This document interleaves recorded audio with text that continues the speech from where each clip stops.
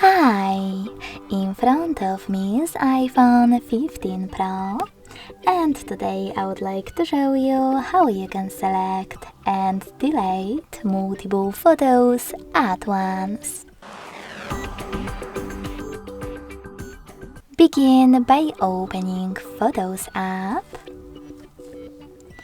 and selecting Library at the bottom left corner. Now click on Days at the bottom between months and all photos. And finally hit Select at the top right corner.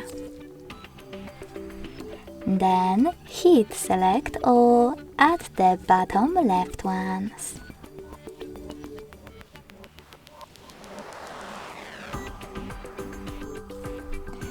If you wish to exclude some of your pictures, just click on the ones that you wish to keep.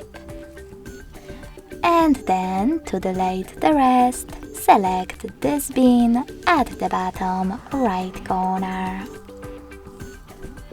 Lastly, confirm your choice in the pop-up. So when I do that, as you can see, all of my pictures were successfully deleted.